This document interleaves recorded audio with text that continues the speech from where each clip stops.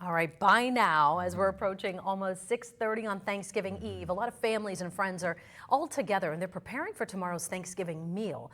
But we learned during the COVID-19 era, well, travel and gatherings can spread illness too. No doubt. Lisa Adams got advice from medical director of UPMC Hammond's ER on how to stay healthy during the holiday season. In addition to bringing a side dish to Thanksgiving dinner or a pie to share, let's hope that those gathering to give thanks aren't also bringing any viruses along to share. At the height of COVID-19, we all longed to gather for Thanksgiving. But now that we can, with the latest strains of the virus still circulating, doctors do expect a spike in HV1 and EG5 will follow. My biggest concern is crowds, so we'll get together with family and we'll spread illness. We expect we will see an increase in COVID in the next week or two.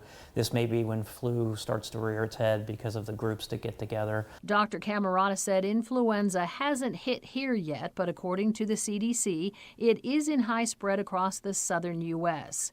What's spreading here is RSV, an upper respiratory virus that can be rough on children. If you're under the weather and not sure what you have, you should skip Thanksgiving get-togethers if you have a fever. Fever is definitely a marker for not going and being around other people. So if you develop a fever, and some people don't check their temperature, but remember, if you're feeling chills, then you probably are developing fever. So if you have fever, that's when we would recommend that you isolate yourself. If you're home testing for COVID, Dr. Camerata said make sure to get that swab deep into your nostril to get an accurate result.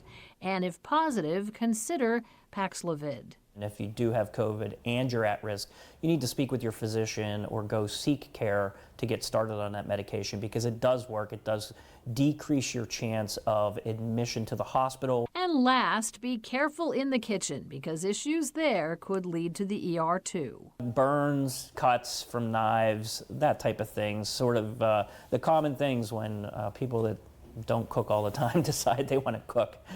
And the doctor said all those things we learned during COVID to prevent the spread of viruses still matter. We're talking about wearing masks in crowded places like airports, washing your hands or using hand sanitizer, and if you have to, sneeze into your sleeve. In the studio, Lisa Adams, Erie News Now.